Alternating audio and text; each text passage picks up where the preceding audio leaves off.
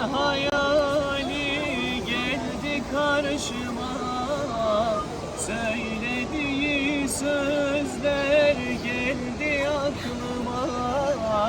Giydiği gömleği aldım koynuma, özledim annem, doymadım sana. Giydiği gömleği aldım koynuma, özledim annem, doymadım sana. Yavrum canım diyerek büyüttün beni, ninniler söyleyip uyuttun beni.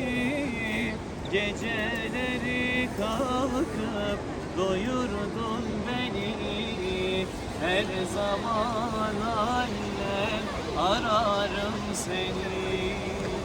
Geceleri kalkıp doyurdun beni, her zaman annem ararım seni.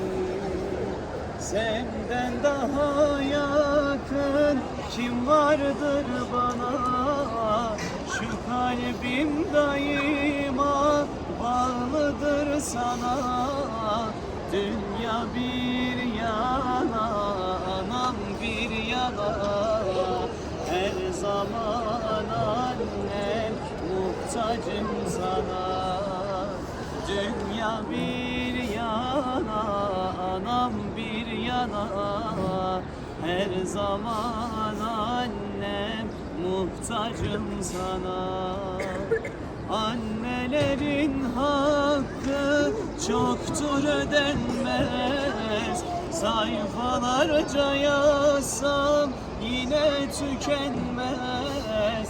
Annem ölse bile ismi silinmez, her zaman annem ararım seni. Annem ölse bile ismi silinmez, her zaman annem ararım seni. Tüm vefat etmiş annelerimizin ruhu için ve geride kalanların sağlık ve afiyeti için, Allah rızası için El Fatiha Fatema Salavat.